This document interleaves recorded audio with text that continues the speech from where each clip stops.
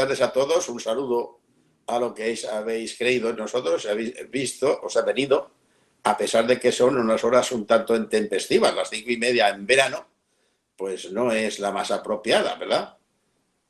Bueno, pues un saludo para todos, bienvenidos. Y deciros, pues, hombre, ¿por qué este tema? Pues el GEA, el Grupo de Estudio de Actualidad, pues ha pensado que también habría que celebrar estas fechas tan buenas de la Virgen. España es muy mariana, y entonces aquí en España es frecuente pues las iglesias y las devociones a la Virgen, pero es que lo es más en la zona levantina, bueno, y aragonesa, porque yo soy del Alto Aragón y allí no hay pueblo que la iglesia no esté a nombre de la Virgen, dedicada a la Virgen, las de la Asunción. Es decir, que esta zona más bien es asuncionista. Bueno, y por no prolongar más el tiempo, pues diremos que el núcleo central y de la cuestión de la Asunción de la Virgen, que la hemos tenido el día 15 y luego el día 22, o sea, antes de ayer tuvimos la coronación, bueno, se celebra en Elche. Luego le preguntaremos a don Manuel por qué Elche, por qué Elche. Pero antes quisiera, pues, deciros, presentaros, pues a don Vicente Sáez, muy conocido en Alicante y también muy conocido ahora en Elche, párroco de la iglesia de San Juan Bautista y del seminario, pero muy conocedor también de todos de la Asunción de la Virgen, sobre todo el fenómeno de Elche. ¿Y qué diremos de don Manuel Rodríguez Maciá? ¿Qué diremos? Aparte, pues, de que ha tenido problemas para entrar, pues diremos que es un gran escritor, que ha escrito lo divino y lo humano de la cuestión esta del misterio de Elche. Es un investigador que sigue investigando y encontrando, pues, testimonios antiguos, antiquísimos. Extraordinario. Y además, pues, escribe otros libros, es comentarista, es conferenciante, bueno, muy conocido.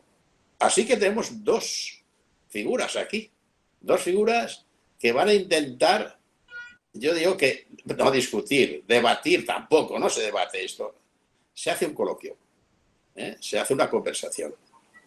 Y esa conversación de dos especialistas tan extraordinarios como estos, bueno, pensemos que el tema es importantísimo porque se trata de la Virgen, pero es que además el misterio de Elche es de fama mundial, es un patrimonio de la humanidad.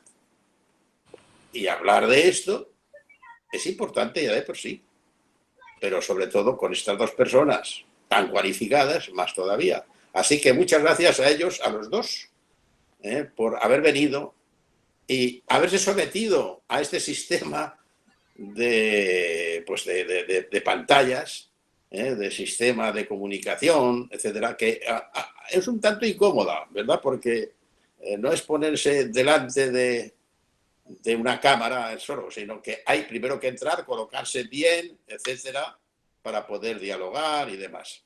Bueno, pues nada, muchas gracias y sigo con la pregunta. Don Manuel, ¿por qué Elche? Bueno, el por qué Elche, me imagino que te refieres, Jerónimo, al por qué el tema de la fiesta de la Virgen en Elche, de la Asunción y el modo en que se celebra.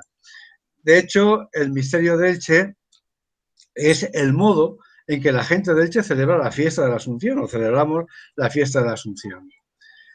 El misterio de Elche, bueno, por una parte podemos plantearlo como un elemento muy identitario de la ciudad, pero al mismo tiempo es un elemento muy universal por varias razones. Primero, porque misterios de la Asunción en la época medieval, pues había más de uno y más de dos. O sea, que yo recuerde ahora, podríamos hablar del de Valencia, del de Tarragona, del de Narbona, del de Montpellier, en fin, en York, en la Catedral de York, también se representaba un misterio de la Asunción. Ahora, ¿por qué se hizo famoso o por qué ha permanecido este misterio? a raíz de los, bueno, se habla del Concilio de Trento, pero más que del Concilio de Trento serían los sínodos posteriores al concilio, se va prohibiendo o poniendo trabas a que haya representaciones de ese tipo teatrales dentro de las iglesias. Sin embargo, ha permanecido vivo el misterio de Elche y ha permanecido vivo a través del tiempo. ¿Por qué ha permanecido vivo ese misterio? Pues desde mi punto de vista por varias razones. Primero, porque es la fiesta de la Virgen, es la fiesta de la patrona. En otros lugares, el misterio se representaba, los misterios asuncionistas, igual que otros misterios, se representaban en el contexto de alguna festividad litúrgica, pero no tenían esa relación, digamos, de ser el patronazgo, ¿no? De hacer referencia al patronazgo de la ciudad. En Elche el misterio se hace en honor de la patrona de la ciudad. Y con independencia de que podamos estudiar, yo en uno de los libros que escribí, que fue El misterio como representación de la ciudad, lo digo desde el principio, que no es una hipótesis, ¿eh? No lo puedo asegurar con toda, lo planteé como una posible discusión. Si el origen de la propia representación podía ser la fiesta del Corpus, en la cual había una serie de representaciones, y en Elche tenemos un catálogo que había 3 pequeñas representaciones referidas a la Virgen. No conocemos los textos, pero bueno, ahí queda eso como posibilidad. En Elche, sin embargo, el misterio va creando cuerpo de que está dedicado a la patrona, y es la fiesta de la ciudad. De hecho, el segundo documento que tenemos escrito en Elche es el del año 1530, que es cuando una cofradía que era la cofradía de Nuestra Señora de la Asunción, le pide dinero al ayuntamiento para dorar, dice, la cadira o se fa la Asunción de la Madre de Dios, es decir, lo que hoy día llamamos el Araceli, donde sube la Virgen o baja, en fin, baja el sacerdote que lleva la Madre de la Virgen, los 4 ángeles, etcétera, tal, y después la imagen de la Virgen. Eso es lo que se pone en el texto como la cadira de la Mare de Déu. Y el municipio responde que hay que subvencionar, hay que dar dinero para dorar la cadira de la Mare de Déu, porque es la patrona de la ciudad y que con ese acto la Virgen nos va a ayudar a librarnos, dice, como es la patrona, y la patrona, pues naturalmente el patronazgo tiene un sentido, digamos, funcional, ¿no?, de protección hacia la ciudad. Dice, pues lo que la Virgen nos va a ayudar, ¿no?, a que la ciudad esté libre de todos los males. Y haciendo referencia a ese tiempo, dice además, de los males infecciosos y contagiosos también, ¿no? El año 1609 ha ocurrido que ha habido varios años que el misterio no se hizo, probablemente por cuestiones económicas, o casi seguro, pero se plantea el hecho de que el misterio, pues, en fin, por la muerte del hijo del rey, de Felipe II, por tal, no se hacía. Lo cierto es que hay una serie de males que afectan a la agricultura y la gente atribuye a que esos males vienen porque el misterio no se lleva a cabo. Y el ayuntamiento del año 1609 decide que la fiesta tiene que hacerse siempre, la fiesta de la Asunción y la representación del misterio, pase lo que pase, valga la expresión. Lo dice así, y crea además un sistema impositivo para que realmente el misterio se pueda hacer todos los años. Por tanto, yo creo que esa relación entre, digamos, el concepto del patronazgo que la Virgen tiene sobre la ciudad, que el misterio es la fiesta en la cual se lleva a cabo el misterio de la fiesta, el modo que se lleva a cabo la fiesta de la Asunción, que es la patrona de la ciudad, yo creo que es fundamental para entender por qué el misterio continúa. De hecho, es cierto que ante las inconveniencias que había respecto a ciertos sínodos, ¿no?, en los cuales pues, se plantea el tema de la supresión de estas obras, hay un pleito y al final, el año 1632, el Papa Urbano VIII decide, por medio de un rescrito pontificio, lo que se plantea, que el misterio de Elche se pueda celebrar tal como se lleva a cabo dentro de la iglesia de Santa María. Y por tanto, esa unión entre lo que es la fiesta de la ciudad, el hecho de que sea un acto realizado dentro de la iglesia, por tanto también un acto muy relacionado o un acto litúrgico, relacionado. De hecho, hay que tener en cuenta que el misterio empieza con el canto de vísperas el día 14, las vísperas cantan al comienzo del misterio, Y en la segunda parte del misterio, lo que llamamos la fiesta, el día 15, después del canto de vísperas y completas. Y, naturalmente, el misterio está envuelto en un elemento, digamos, una concepción de religiosidad. O sea, el misterio no es una obra de simulación, es una obra en la cual se representa la Asunción de la Virgen. Y la gente lo vive, eso lo decía aquel escritor, como era Joan Fuster, que decía que uno de los elementos muy particulares del misterio es que la gente, cuando asistía al misterio, no asistía como asiste a una obra de teatro, sino asistiendo y participando, ¿no? Como quien cree, o sea, o creyendo que realmente lo que está aconteciendo, de algún modo, es esa fiesta o esa realidad de la Asunción de la Virgen, ese misterio de la Asunción. No sé si me he explicado convenientemente. Y si Vicente me pone el Niki Lostad o no. Yo te doy el Neil Ostad de entrada. Muy bien, entonces ya estoy tranquilo, Vicente. Bueno. Sí, a mí lo que me asombra no es tanto la celebración a lo largo de los años del Misteri, sí, que como ilicitano, pues como tú has dicho, vivimos el Misteri, no asistimos, vivimos al Misteri. Exactamente. Yo no puedo evitar, tengo 70 años casi, y no puedo evitar cuando voy al Misteri emocionarme en cada uno de los momentos del Misteri. Yo salí de pequeño en el Misteri de María Jacobes y sigo emocionándome ahora. Y cada vez que he ido y que he participado, porque esa es la expresión, he participado en el Misteri, aunque sea desde la tribuna de un banco, me he emocionado.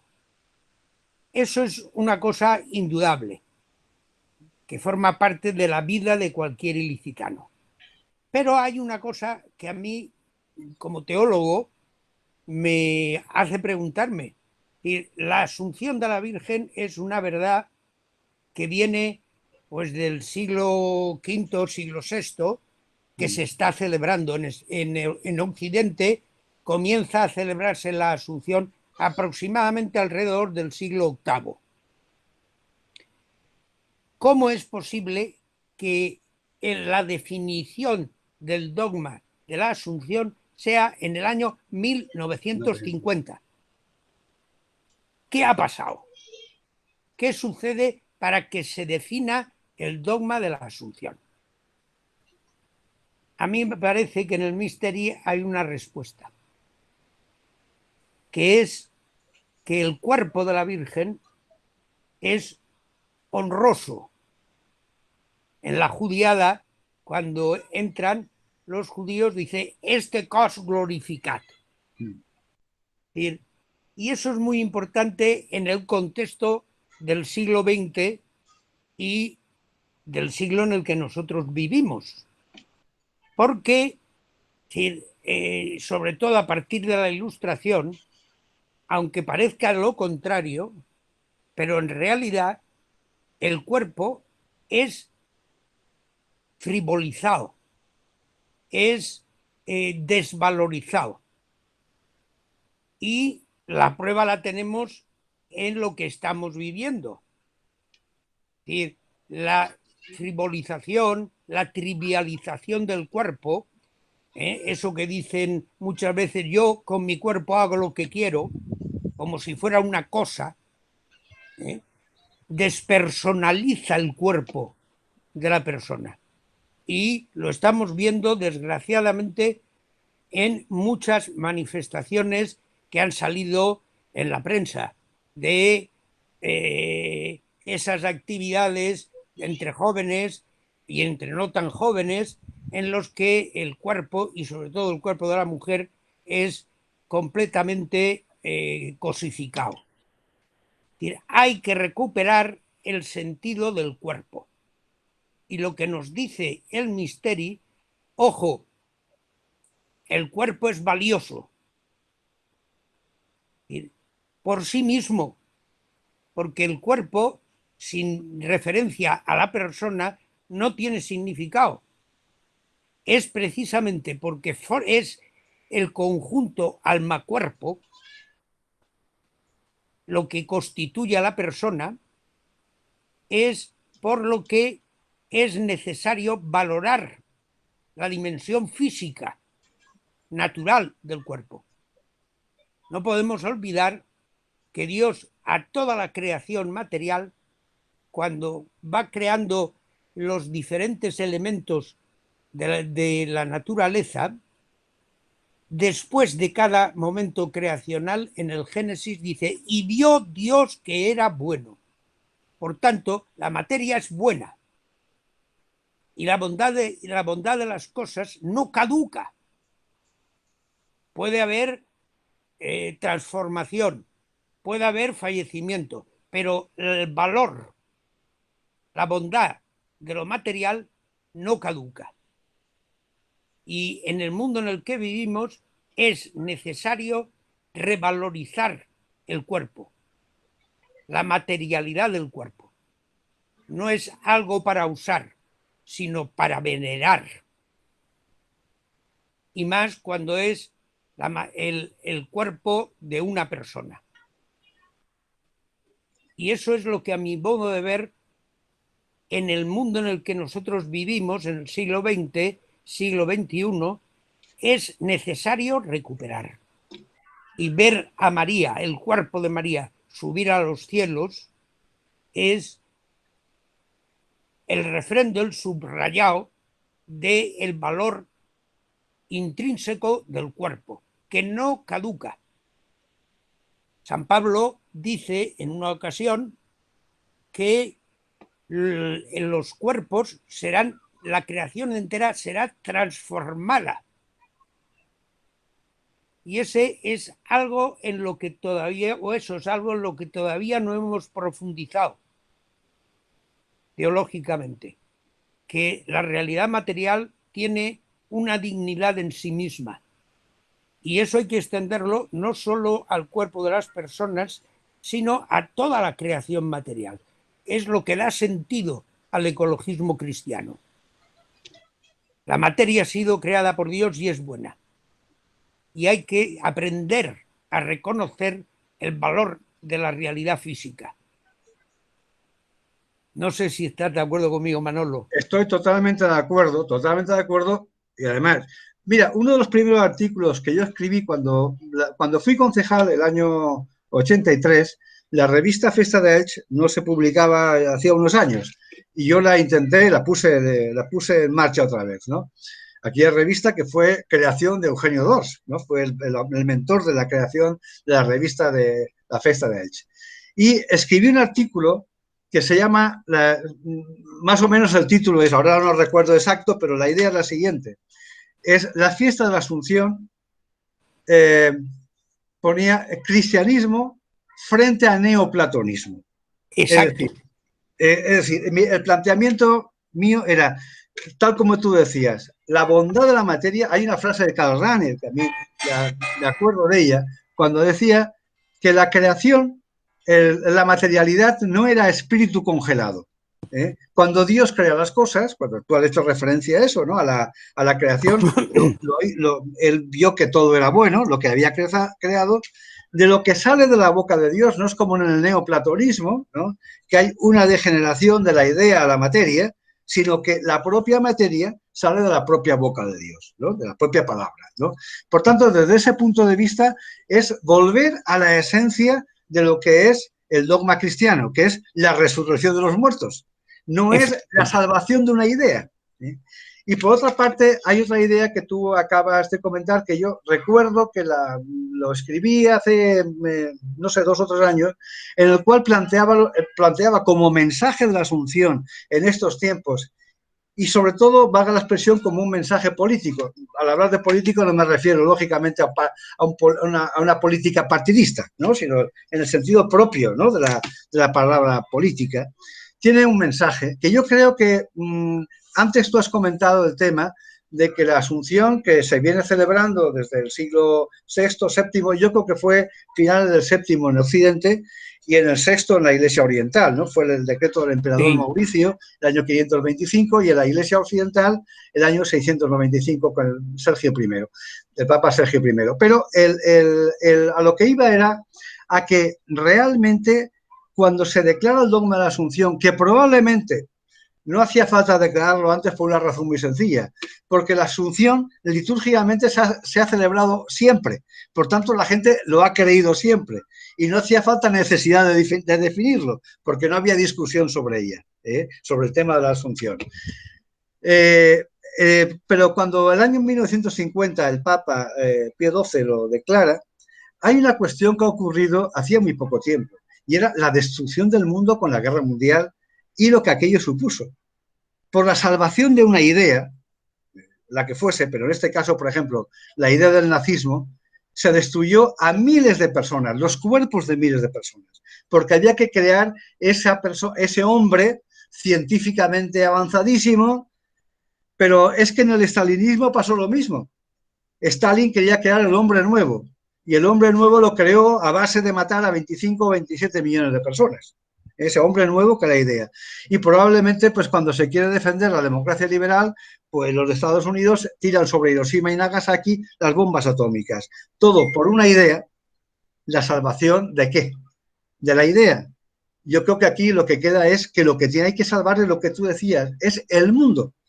Y ese planteamiento de lo que planteabas de la es decir, de la ecología, del replanteamiento de la ecología desde el cristianismo.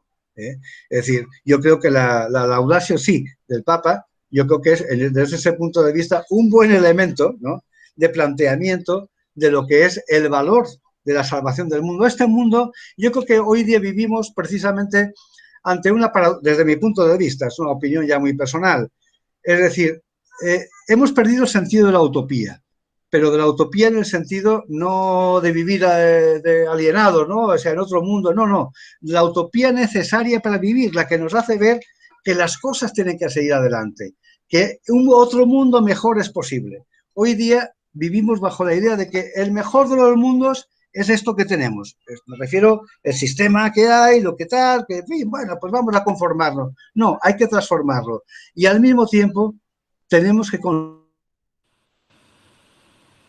este mundo material que tenemos y tenemos que mejorarlo. Es posible mejorarlo cada día. Y yo creo que la Asunción, desde ese punto de vista, la Asunción de la Virgen, es una parábola muy interesante, ¿no?, muy, digamos, muy expresiva de lo que es la salvación justamente de la persona, que significa el espíritu y la materia. No existe una separación como tal, sino la persona como tal. En fin, yo lo entiendo así. Además, en los años 50, la primera mitad del siglo XX, en las vertientes teológicas sobre la escatología, se plantea la resurrección de los muertos no como resurrección de la carne, sino como una idea, como un pasar el espíritu. Es más, incluso hay varios autores que, tanto protestantes como católicos, que plantean que en el mismo momento en que se muere, se resucita. Y eso es un absurdo. Yo he ido en mi vida como sacerdote muchas veces a celebrar las exequias de muchas personas. ¿Cómo se puede hablar de que ese muerto que está allí delante de mí ya está resucitado? Si está allí, eso es un hecho. Entonces, incluso se le hace una pregunta a la Congregación para la Doctrina de la Fe si era posible cambiar en el credo apostólico la traducción, en lugar de resurrección de la carne, traducirlo por resurrección de los muertos. Eso hace, y así responde la congregación, que es mejor dejarlo como está, porque con esa traducción, resurrección de los muertos, se desmaterializaría la verdad de la resurrección. No sabemos cómo van a ser los cuerpos resucitados, pero sí que son cuerpos. Y porque el cuerpo, la materia, tiene que participar, debe participar de la redención y de la resurrección de Cristo. Y como digo, eso en los años 50, la primera parte del siglo XX, se pone en entredicho, de manera que se espiritualiza la resurrección. Se deja aparte realmente, en las explicaciones, se deja aparte la materia, porque no se sabe qué hacer con ella y entonces se desmaterializa. Pero Vicente, yo creo que es el tema que ha ocurrido siempre. Es decir, yo creo que si hay una herejía antigua, es la negación de la historicidad de Cristo. ¿Por qué? Porque siempre se dijo desde el docetismo y todas aquellas ideas que realmente Cristo no tuvo cuerpo. Precisamente la imagen de María, de la Virgen, tiene una, digamos, una relevancia especial justamente porque a partir de la maternidad de la Virgen, ¿no?, es cuando se plantea la corporeidad de Cristo. Efectivamente. Es decir, claro, entonces desde ese punto de vista, ¿no?, ese concepto de la corporeidad, ¿no?, es un elemento fundamental, porque además a Cristo siempre, cuando la gente dice que es una teoría moderna, la negación de la historicidad, es la más antigua que hay, porque realmente cuando se decía que Cristo había existido, pero que podía sería un espíritu, pero que en realidad en la vida no existió, hombre, pues si no existió, no existió, ¿eh? Es decir, y eso ha sido permanente. Y yo no me pregunto si en los años 50 no estaba todavía muy presente aquella idea que algún teólogo, pienso yo, pero esto ya es reflexión de mutuo propio, ¿no?, si realmente no existía aquella concepción que en algunos alemanes planteaban de que como Cristo era judío, naturalmente eso molestaba, ¿no? Había que plantear que Cristo era un espíritu que no tuvo corporeidad. Efectivamente. Con lo cual facilitaba mucho las cosas para aquel proyecto. No sé si... Sí. Pero estoy completamente de acuerdo. Es que además, o sea, ya sabes tú que San Ignacio de Antioquía, en la primera quincena carta, sí, del segundo siglo, sí, dice: quien no crea que Jesucristo ha venido en carne, claro, no tiene la fe de la Iglesia. Exactamente. Y ha sido una constante. Y conviene recordar que el Papa Francisco nos ha recordado en la carta que nos habla de la vocación universal a la santidad, nos recuerda que los dos peligros con los que la Iglesia de hoy se enfrenta es el gnosticismo, claro, y el pelagianismo. El pelagianismo, claro. El gnosticismo sigue vivo. Aquel gnosticismo que negaba la corporeidad de Jesucristo sigue vivo y sigue siendo un peligro actual en la Iglesia. Efectivamente. Y la llamada de la Asunción es: que estoy aquí en el cielo en cuerpo y alma, que solo tiene sentido la Iglesia como la realidad del cuerpo místico de Cristo, porque el cuerpo, María, ya está en el reino. Es como la mujer de Abraham. Si recuerdas, en aquel momento de que muere la mujer de Abraham, se empeña en comprar una tumba. Porque en el momento que entierra a su mujer Sara en la tierra de Canaán, en el encinar de Mambré, en la cueva de Macpelá, en ese mismo momento dice que Abraham ya no era extranjero en la tierra de Canaán. La sepultura de su mujer en la tierra de Canaán le hace tener derecho de ciudadanía en la tierra de Canaán. Claro. Y nosotros tenemos derecho de ciudadanía en el cielo porque nuestra madre está ya en el cielo, en cuerpo y alma. Entonces, a mí me parece que es fundamental y que nos exige a los teólogos cada vez una reflexión más profunda sobre el sentido de la corporeidad. El Papa Juan Pablo II, en las catequesis sobre el Génesis, avanza muchísimo en el sentido de la corporeidad. La Laudato Si de Francisco nos empuja también a profundizar en el sentido, en el valioso sentido de la materia. No podemos hacer mangas y capirotes con la materia, con la creación. Tenemos una obligación ética con la creación material porque nos lo impone el carácter valioso, la bondad que Dios, con la que Dios la crea. Y eso es un camino que tenemos todavía que recorrer. Me parece a mí que es muy importante. Sí, efectivamente, yo creo que ahí la teología, ya con el Papa Benedicto XVI ya llevó a cabo algunos avances en ese tema, pero efectivamente yo creo que a partir de la Laudatio Si se abre un mundo de trabajo, ¿no? Yo creo que muy interesante para el concepto de la valoración del mundo, ¿no? De la materialidad del mundo, que es lo que estábamos comentando. Y desde luego yo el tema de la Asunción, bueno, ya lo hemos dicho y yo creo que coincidimos plenamente en eso, ¿no? En ese significado que tiene la Asunción de revalorización de la realidad material. En fin, no sé si sería cuestión de plantear más los temas históricos acerca de la fiesta de la Asunción o no, no sé. Bueno, yo quería hacer una pregunta a los dos o a uno, da igual. Vale. Una pregunta de a pie, decía de a pie. Vosotros habéis elevado el tono, muy bueno, pero, a ver, la pregunta es, ¿murió la Virgen? Bueno, esa es la pregunta del millón. Bueno, hay bastantes autores que, apoyándose en que María es inmaculada, no debió morir. Pero estamos otros que, aunque seamos menos o aunque tengamos menos renombre, pensamos que lo más importante de María es que está asociada a Cristo. Y si Cristo muere, María sigue las mismas huellas de Cristo.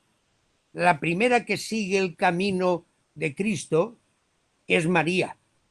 Y por tanto, desde ese punto de vista, yo creo que no se le ahorró la muerte. Y eso está precisamente en el misterio. Sí, claro, efectivamente, el misterio de hecho, la Virgen muere y muere en el Valle de Josafat, ¿no? Que es lo que plantea, frente a otras tradiciones. Hay tradiciones que hablan que la Virgen muere en Éfeso, porque ahí vivía San Juan, pero bueno, la más antigua es la del Valle de Josafat, que refleja el misterio de Elche.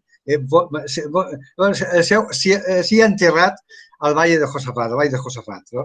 Entonces, bueno, eso por una parte. Y por otra es verdad que la Asunción de la Virgen se va construyendo. Probablemente dicen que la primera fiesta, podríamos llamar Asunción, del tránsito de la Virgen, visto así, desde el punto de vista, es en una iglesia de Jerusalén en el siglo IV, la Catima, y se plantea, y surgen varias tradiciones sobre el tema de la no permanencia del cuerpo de la Virgen, sino que la Virgen está en el cielo, ¿no? En cuerpo y alma.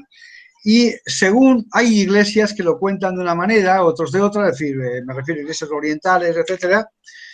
Hay incluso una de las iglesias orientales que habla de que la Virgen no es que resucita, es que viajan los ángeles y el cuerpo se lo llevan al cielo y está ahí en el cielo el propio cuerpo. Pero en general todo el mundo habla de que la Virgen está sumida, como decía don Vicente, en el cielo. En el griego, en la iglesia bizantina se habla sobre todo de la koimesis, que es la dormición. Aunque justamente en la imaginería que se hace en los iconos griegos es muy parecido al Araceli. Bajan unos ángeles y Cristo que se lleva el alma de la Virgen, que además es como una muñequita, igual que en el misterio de Elche. Realmente eso es muy, muy parecido a eso. Bueno, y eso pues es un tema que estaba ahí en discusión. De hecho, el Papa, cuando en la bula de proclamación de la Asunción, él evita la palabra muerte. Dice que María, acabado el tránsito de su vida terrenal, fue asunta al cielo. Entonces, evita el tema de si la Virgen murió o no murió, sino acabado el curso de su vida terrenal, ¿no? Es lo que el Papa como tal define, ¿no? Y bueno, yo creo que en las tradiciones de la Iglesia, y por eso yo creo que es muy importante, una de las cosas que me he centrado es en la búsqueda de las tradiciones, sobre todo litúrgicas, ¿no? La tradición litúrgica, porque la liturgia en definitiva es la memoria viva de la Iglesia, ¿no? Y cómo a lo largo del tiempo las liturgias tanto del mundo occidental como del mundo oriental, de la Iglesia de Oriente y de Occidente, cómo se ha celebrado la fiesta de la Asunción, y se ha celebrado desde tiempo muy antiguo. Probablemente fue el año 525 cuando el emperador Mauricio la manda a celebrar oficialmente en el mundo oriental. Y aquí hay una cosa en Elche que la gente, yo creo que bueno, es mi opinión, no sé tú, Vicente, que si participas de ello, y es el tema de la Roá, de la Roá de la noche del 14. La gente habla de una vela de la Virgen, o sea, que la gente está velando a la Virgen después de que ha muerto y tal, pero yo creo que hay una cuestión mucho más antigua. El Papa en el siglo VII, final del siglo VII, cuando lleva a cabo la disposición de celebración de la fiesta de la Asunción, manda que se haga de la siguiente manera. Acabado el canto de vísperas del día 14, ¿no? Las primeras vísperas de la Virgen, saldrá una procesión que según uno salía de San Andrés y otro de San Juan de Letrán, que iban con antorchas toda la noche dando vueltas al foro romano. El Papa presidía la procesión, bueno, y la gente iba con antorchas y tirando, y se esparcía en las calles digamos, de plantas aromáticas, ¿no? Salutíferas. Y el Papa llevaba lo que llamaban la Verónica de Cristo y la de la Virgen, que era lo que la tradición decía que había pintado San Lucas, que es el cuadro, bueno, seguramente no es una leyenda, pero es el cuadro antiguo que hay en Santa María la Mayor, ¿no? De la Virgen, que son del siglo V o del siglo VI, ¿no? Bueno, el Papa llevaba, y había 12 sacerdotes representando a los 12 apóstoles que acompañaban al Papa, presidiendo la procesión. La procesión llegaba a las 7 de la mañana a la iglesia de Santa María la Mayor, y ahí el Papa oficiaba el pontifical del Día de la Virgen. Si nos damos cuenta, la Roá, que acaba, cuando acaba el canto, porque el misterio, o sea, la primera parte del misterio empieza con el canto de vísperas. Acabada la representación, la gente empieza a salir con velas, dando la vuelta a la Vila Murada, que es, bueno, de alguna manera el foro romano, ¿no? El foro romano nuestro, ¿no? Y acaba justamente cuando acaba la procesión de la Virgen, que sale por la mañana, y la misa solemne que se dice a la entrada de la Virgen. Además, sobre el mismo cadafal en el cual se representa el misterio. Por tanto, yo creo que es digamos, la tradición más antigua litúrgica del propio misterio, la propia Roá. Lo digo porque a veces se piensa que es un tema típicamente... Yo he estado, con el tiempo que he vivido en Hispanoamérica, he visto en lugares, por ejemplo, en Nicaragua, que la fiesta de la Asunción tiene mucha importancia en muchos pueblos, Granada, por ejemplo, de Nicaragua, o Masaya, etcétera, donde se hace también la Roá, lo que nosotros llamamos la Roá. Y probablemente, si fuese una cuestión particular de Elche, pues sería difícil que eso se hubiese extendido a todo el mundo, ¿no? Pero a lugares tan remotos, ¿no? Pero el hecho de que fuese un elemento, digamos, el elemento básico de cómo el Papa manda que se celebre la fiesta de la Asunción, a mí me hace pensar que en Elche hemos conservado el elemento, ¿no? Más esencial, más antiguo, quiero decir, ¿no? De la fiesta de la Asunción, y es esa procesión. Y además, fíjate, es curioso, bueno, tú te acordarás, bueno, yo soy un poco mayor que tú, y me acuerdo, pero vamos, tú vivías en aquella zona, antes de que os trasladaseis al grupo nuevo que se hizo de casas, ¿no? Pero por tu barrio, por la parte de aquella tras Palacios, Illetes y tal, si tú te acuerdas, la noche del 14 de agosto se ponían les alfábigues, las alabacas, ¿no? En las puertas de las casas, ¿no? Es la flor salutífera, es una flor de salud, ¿no? Es una planta de salud. Y de hecho todavía ha quedado la reminiscencia de que en las puertas del Ayuntamiento de Elche se ponen las alabacas siempre que pasa la Virgen. Por cierto, antes, por lo menos mientras yo estuve, las albahacas, se mantenían muy cuidadas por las señoras que limpiaban el ayuntamiento en el despacho de la alcaldía para ponerlas cuando la Virgen salía en procesión en las puertas del ayuntamiento. Y después, durante la octava de la Virgen, ¿no? Cuando lo que llamamos en Eche das Salves, durante el tiempo de la octava, está la Virgen rodeada de esas albahacas. Es decir, en definitiva yo creo que es una tradición que se ha conservado muy pura y que a lo mejor no la hemos estudiado debidamente desde mi punto de vista. Sí, no sé, yo creo que yo lo que opino va en esa línea, y es que la procesión no es como cualquier procesión que sale, por ejemplo, en mi parroquia aquí en el Raval, la Inmaculada, sino que es el entierro de la Virgen. De hecho, el canto propio de la procesión es el Salmo in Inéxito Éxito. Israel de Egipto, que es el propio de los funerales, de las exequias. Sí. Entonces, ahí hay un núcleo que efectivamente es litúrgico, claro, y que es lo que enlaza la festa con la véspera. Sí. Es el entierro de la Virgen, y que la gente está haciendo duelo durante la Roa, está haciendo duelo porque la Virgen ha muerto y está de cuerpo presente en Santa María, porque la Roa empieza en una puerta de Santa María y acaba en la misma puerta y la misma entrada, subiendo a visitar, a honrar el cuerpo de la Virgen. Entonces, a mí me parece que eso es así, es decir, y que efectivamente el Papa organizara la procesión a la hora de celebrar la Asunción de la Virgen indica pues que va en ese sentido. Claro. Ahora, es una procesión también, es una procesión que es un entierro, pero es muy curioso, porque es una procesión en la cual se voltean las campanas, la ropa del clero es blanca, es la ropa blanca, no es negro ni el morado, ¿no? Sino es la fiesta de la patrona al mismo tiempo.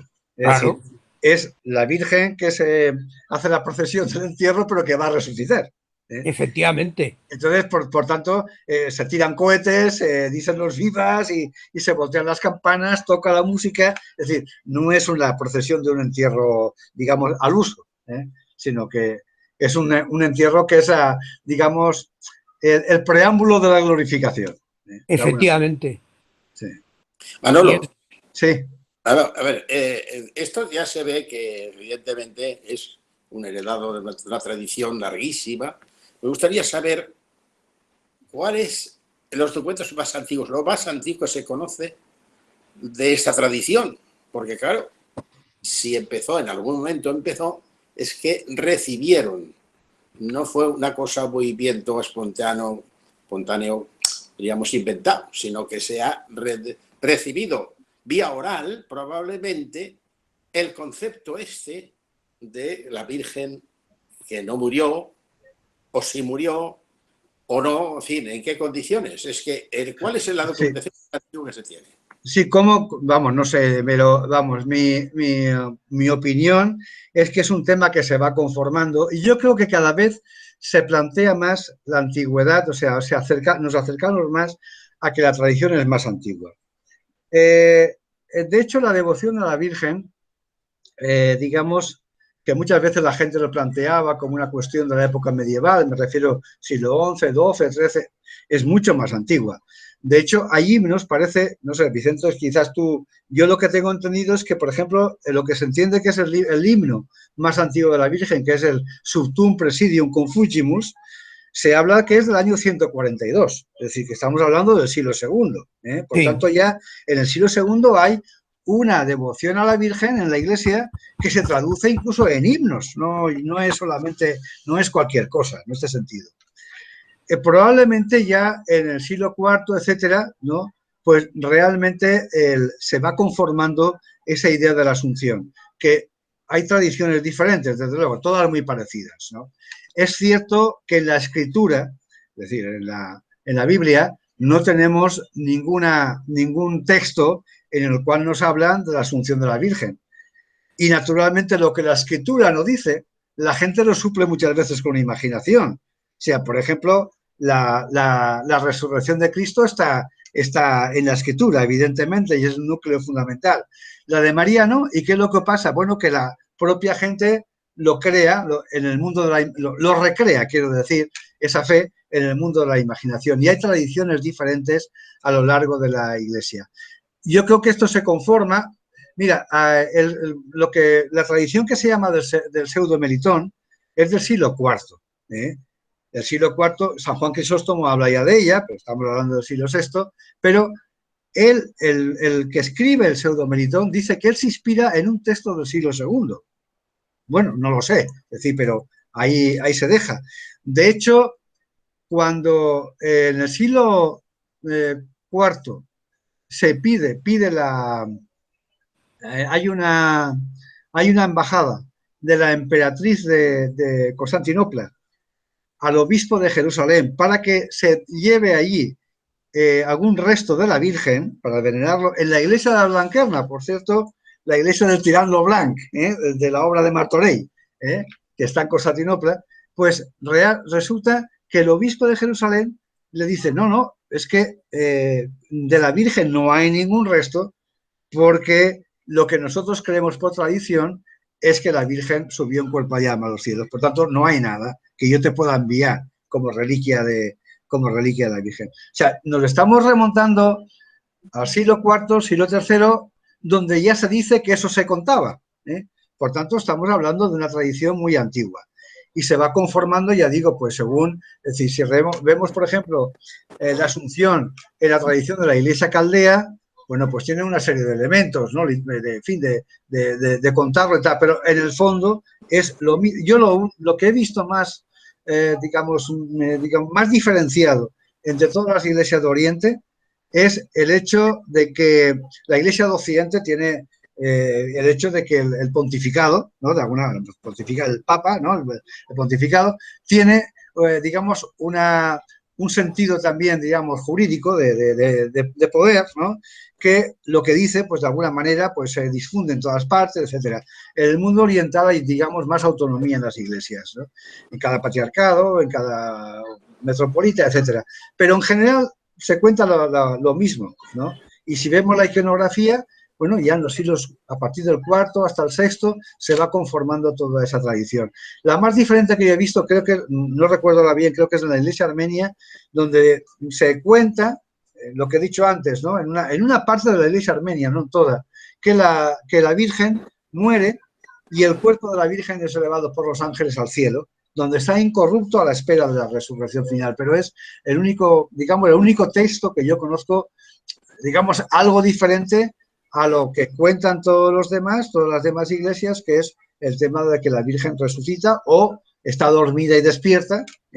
Por eso el concepto que se emplea en Oriente es la coimesis, ¿no? La dormición. Pero claro, la dormición que también es la muerte como dormición. Eso es otra. Pero yo creo que el tema históricamente viene de ahí. Otra cosa sería plantear el tema de la historicidad del misterio de Elche, de la representación que se hace en Elche. Eso es otra. Bueno, me voy a permitir intervenir yo también. Sí. Soy Eduardo Ruiz. Sí, hola Eduardo. Vamos a ver. Ante todo, estoy admirado de la erudición y la profundidad de los dos ponentes. Enhorabuena a los dos. Pues muchas gracias. Ahora voy a hacer dos preguntas. Yo a las 7 tengo que salir necesariamente, por si acaso no me dirá tiempo. Una para Manolo y otra para don Vicente. Manolo, una pregunta muy concreta. ¿La lengua del misteri es yemosí o valencià o es lo mismo? Bueno, vamos a ver. Cuando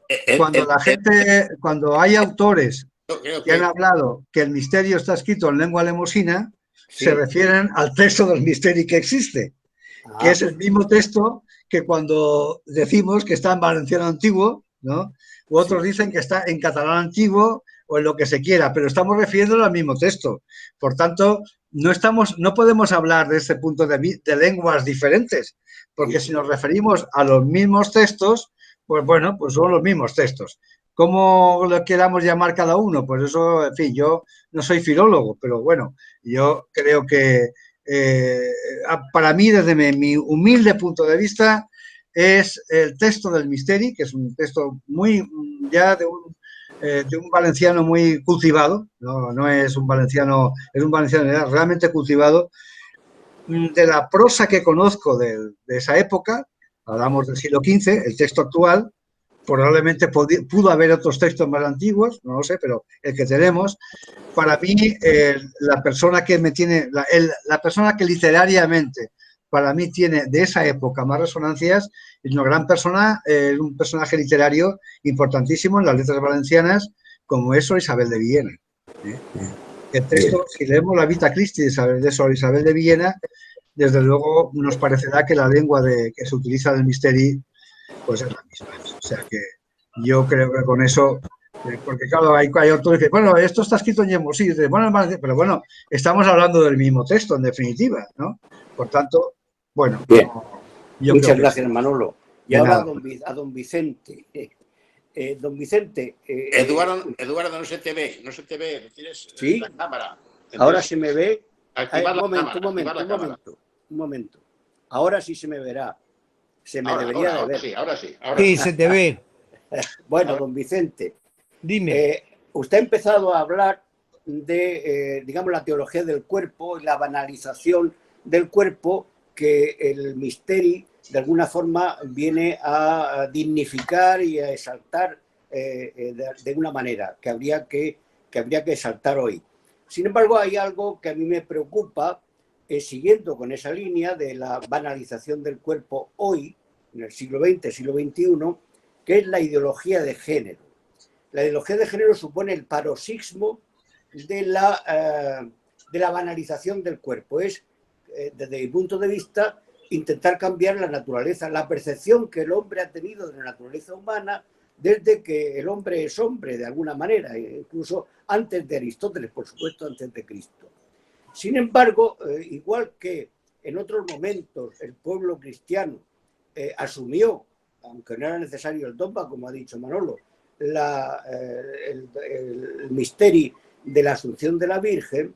Sin embargo, si se pudiera hablar hoy de pueblo cristiano, el pueblo en general o las fuerzas sociales en general, y sobre todo las cristianas o católicas en España, se han tragado sin ninguna crítica, y desde luego yo puedo estar equivocado y usted me corregirá, la jerarquía eclesiástica no ha dado, o que yo sepa, una condena explícita de la ideología de género, cuando para mi gusto es el paroxismo de la trivialización y de la banalización de la idea del cuerpo humano.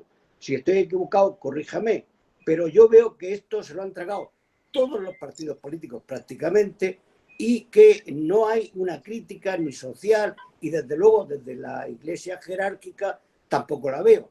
Puedo estar equivocado, pero no la veo. Dígame si estoy equivocado. Pues vamos a ver, dos cosas. Efectivamente, ese nuevo podríamos llamar neoplatonismo, en el que uno no es lo que físicamente es, sino la idea que uno tiene, eso se ha extendido como un reguero de pólvora. Sí.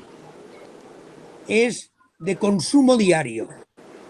Pero no olvidemos, por ejemplo, que se ha planteado en la esfera más cercana a nosotros la recusación del arzobispo de Valencia porque ha advertido de la perniciosidad de la ideología de género.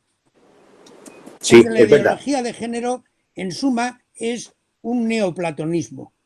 Yo me siento tal y como me siento tal, pues soy tal, sí, independientemente de la realidad física.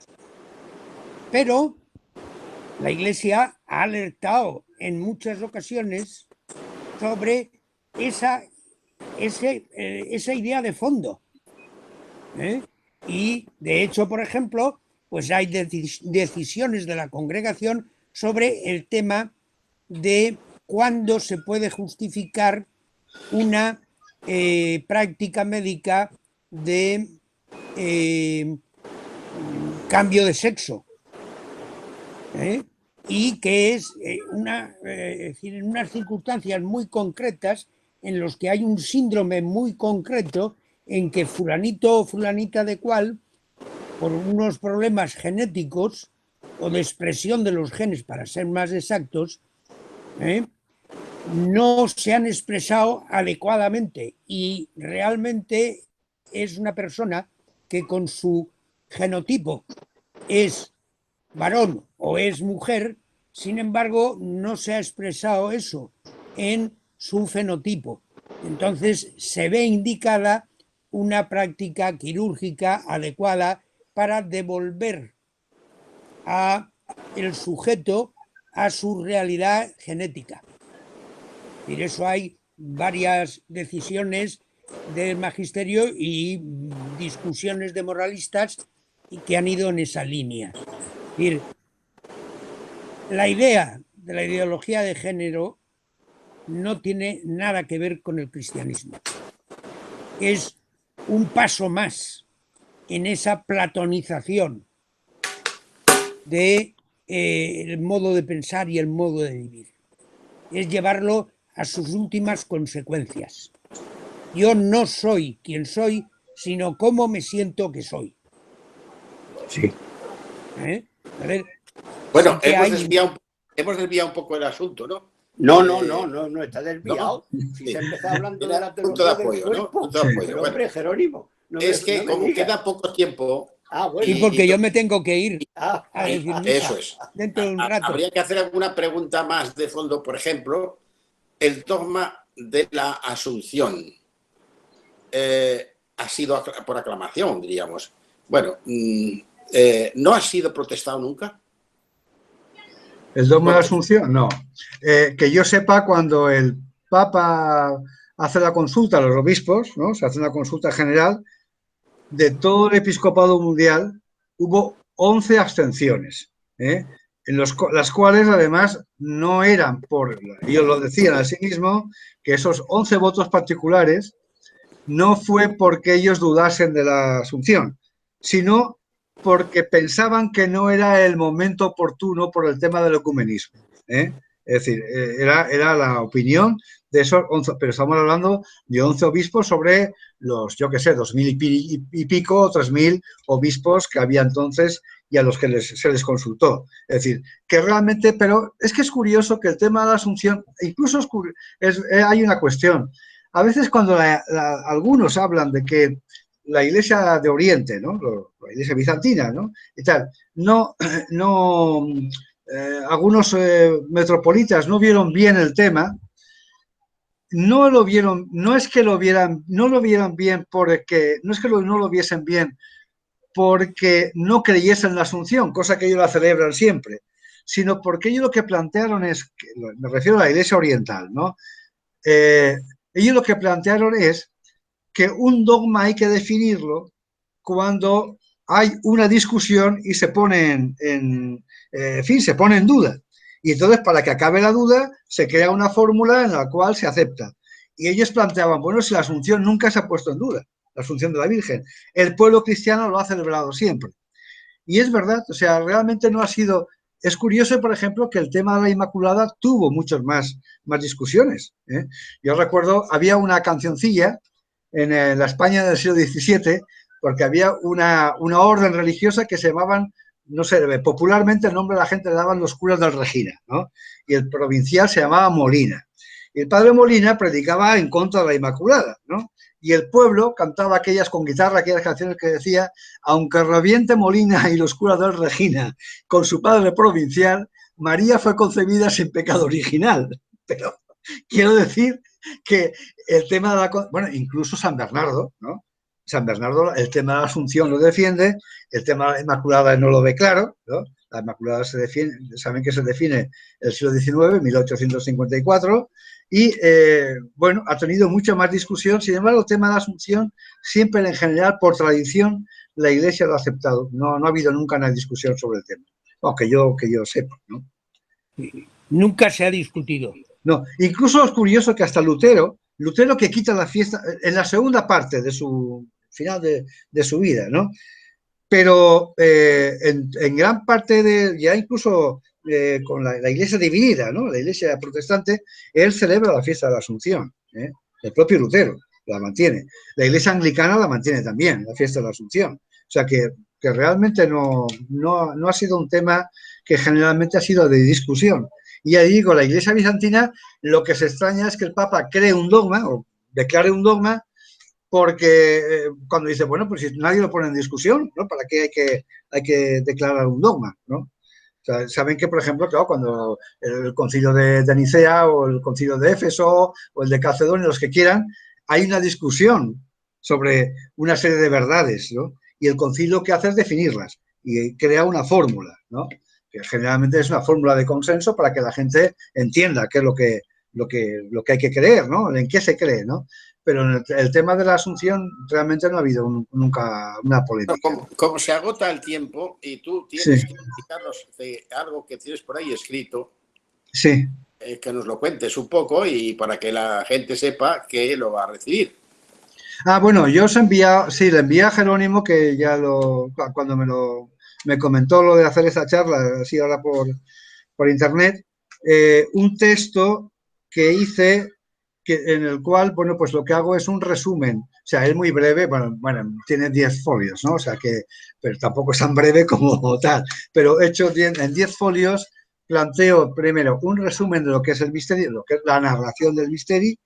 Lo segundo, hablo del porqué del concepto, digamos, del misterio dentro de una concepción religiosa o litúrgica. Hablo de la tradición del misterio, que lo planteo desde el punto de vista de la tradición de lo que es la representación del misterio de Elche, desde cuándo se representa o desde cuándo tenemos documentos, ¿no? Porque el tema del origen es bastante más complicado. Y el tema también de tradiciones que se han creado, como es el tema de la Avenida de la Virgen, ¿no? Alrededor de todo esto. Y me centro también en el tema que estábamos comentando de esas tradiciones que hay de la Iglesia Universal, desde la tradición litúrgica de estas iglesias de Oriente y las iglesias de Occidente.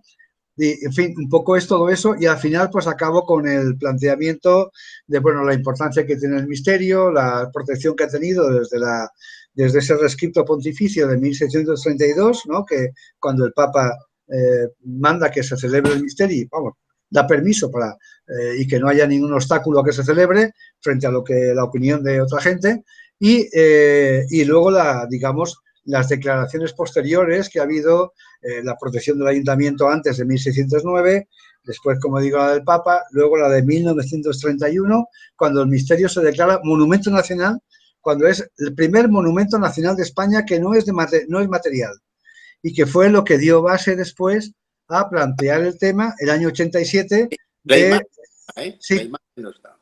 ¿Perdón? La imagen, es que no oigo. La imagen no está.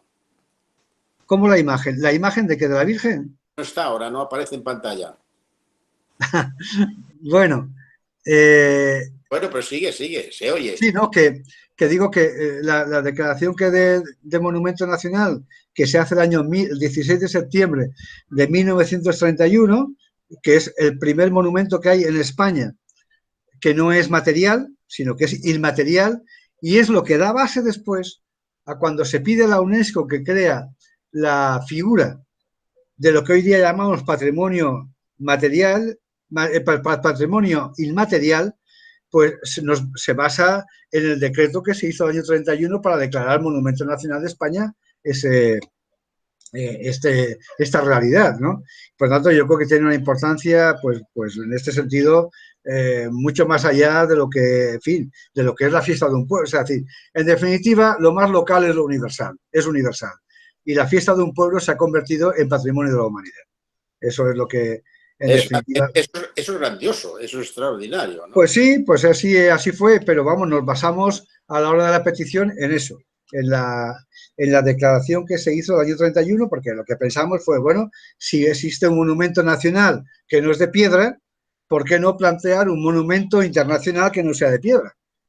Y además recuerdo que en la petición a la UNESCO se acababa diciendo, con estas palabras, que no lo planteábamos solo o fundamentalmente por la protección del misterio, que el Misteri estaba protegido porque es la fiesta de una ciudad que, bueno, lo suficientemente grande y con sus medios propios para mantenerla. Es también una fiesta que tiene la protección del Estado de España, porque es Monumento Nacional de España. Pero planteábamos que era la puerta para muchos pueblos pobres, decía así el final de la petición, muchos pueblos pobres que no nos han dejado grandes manifestaciones materiales, pero sí nos han dejado las manifestaciones expresadas en las fiestas, en el ceremonial y en todo este mundo inmaterial, y por tanto había que reconocerlo. Y es curioso que después de reconocer el Misteri como patrimonio de la humanidad, pues se reconocieron otras obras. Entre ellas, yo tuve una parte en el trabajo que hice en Guatemala con lo que es el Rabinal Achí. Rabinal Achí es una obra, la única obra maya que se conserva dentro de la fiesta de San Pablo, que allí no se celebra el 29 de junio, sino el día de la conversión de San Pablo, el 25 de enero, ¿no?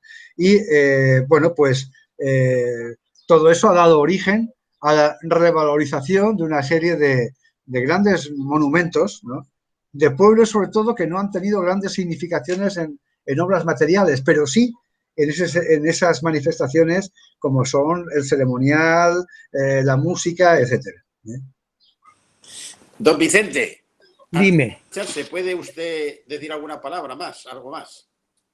A mí me parece que, respondiendo un poco a la Iglesia oriental, es que la Iglesia la rige el Espíritu Santo y los dogmas se definen porque el Espíritu Santo empuja a la Iglesia, y para el tiempo moderno era necesaria la definición de la Asunción. Igual que en el siglo XIX era necesaria la definición de la Inmaculada. Y precisamente por el ambiente contrario. Hoy día todo el mundo piensa que el hombre es bueno, naturalmente bueno, lo que decía Rousseau. Y la Inmaculada nos recuerda el pecado original. María exenta del pecado, pero nos recuerda que todos los demás no. Y en la Asunción de la Virgen nos recuerda algo tan fundamental, tan importante, como es el valor de la realidad material y el valor intrínseco del cuerpo humano. Y eso es una necesidad que la ve el Espíritu Santo. Es mi teoría, esto es una teoría, no es... Pero necesitábamos el dogma de la Asunción para poder levantar los ojos hacia el cuerpo de María, ese cuerpo glorificado. Ah, correcto, sí, señor. Yo lo siento porque me tengo que ir. Tengo que decir misa. Espere que le haga una pregunta, una consideración. Dada los tiempos que estamos viviendo, estamos corriendo, y la situación de la moral, en fin, bueno, sobre todo ver cómo está pues el pueblo, la gente. ¿No sería conveniente el tener una mesa redonda con las personas? Ustedes, me parece que tú también está muy conocedor del asunto, para tratar esto de la situación actual, este tema, una mesa redonda. Pues es que, dicha así la pregunta, la conveniencia es genérica. Siempre que nos reunimos a hablar es importante reflexionar. No, pero sería, por ejemplo, ha salido la ideología de género. Es crucial. Ese tema es crucial. Sí. Es crucial, porque eso está ya muy metido. Sí. Yo en eso estoy de acuerdo. De tal manera que hasta medio lo aceptamos. Yo en eso estoy de acuerdo, pero yo no tengo competencia académica para hablar de ese tema. No, bueno, es que competencia académica de eso tampoco no creo que haya mucha por ahí. No, pero yo no tengo competencia académica para hablar de ese tema. Puedo participar como un coloquiante más, pero no como ponente.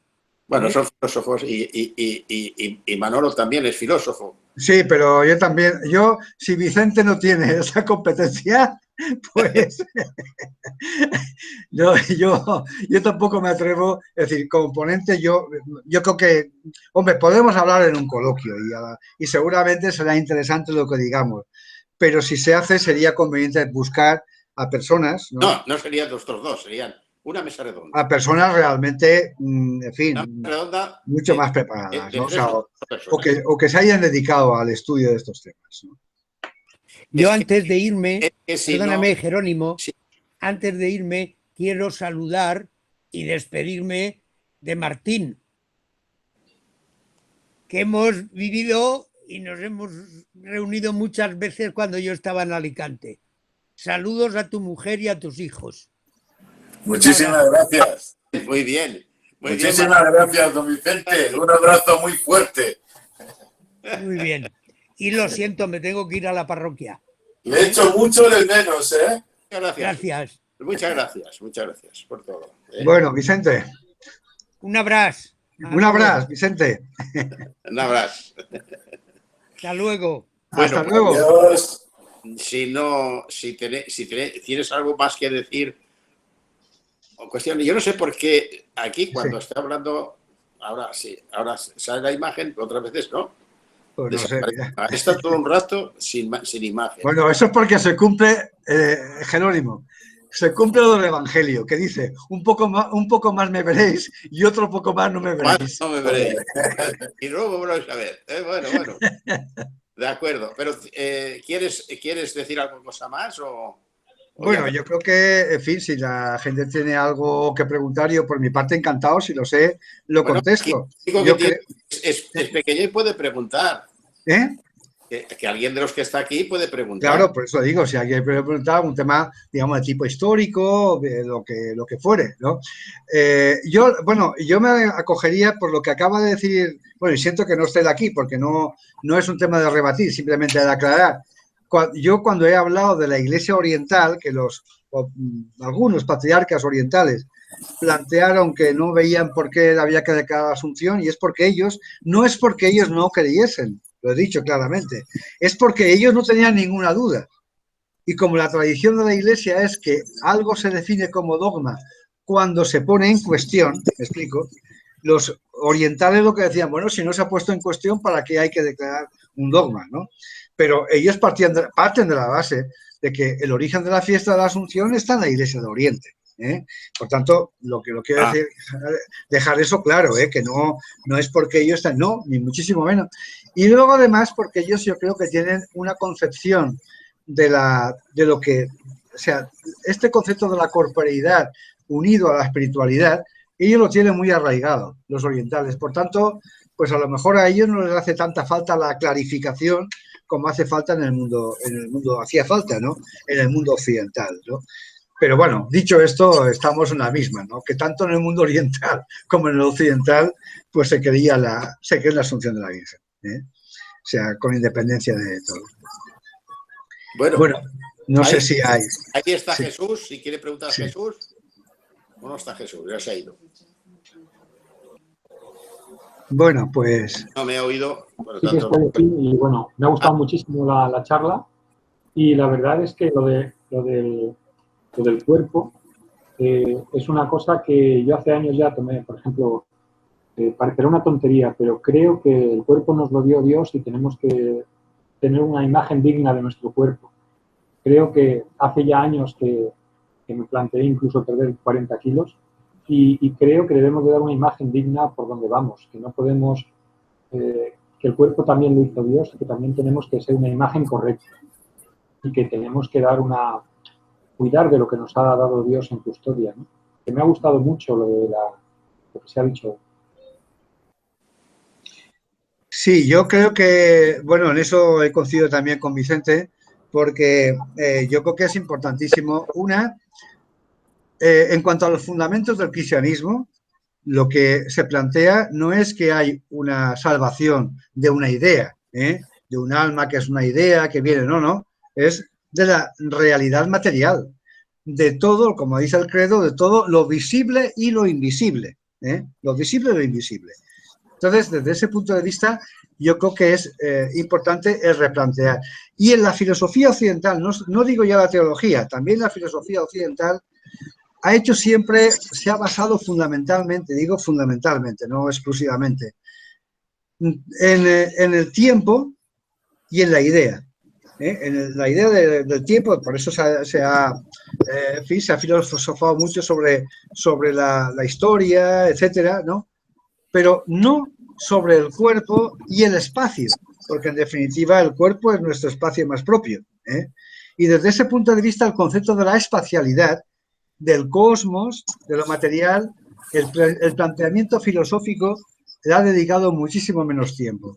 Y yo creo que es ya hora de que realmente nos replanteemos. Ha habido gente como Merleau-Ponty, en fin, en el mundo de la filosofía moderna que lo han planteado, pero en general no. Y entonces yo creo que es una cuestión que, bueno, y además desde el punto de vista católico ahora mismo, pues con la encíclica Laudatio Si del Papa y, en fin, y tantos documentos como hay ahora, es una cuestión. Y por supuesto yo siempre he visto, por eso dije que hace mucho, yo creo que fue el año 83, cuando publiqué aquel artículo que se titulaba La Asunción frente al neoplatonismo. Esa concepción de la integralidad de la persona, cuerpo y alma, frente a las concepciones neoplatónicas de lo que se salvaba era solamente el alma. Y desde ese punto de vista yo hacía la defensa de que la tradición católica auténtica era esa, la de la salvación de todo el mundo material también. Bueno, pues nada, muchas gracias, de luego. Pues muchas gracias y que sigáis teniendo un buen verano. Reconocimientos. Muy bien. Muy bien.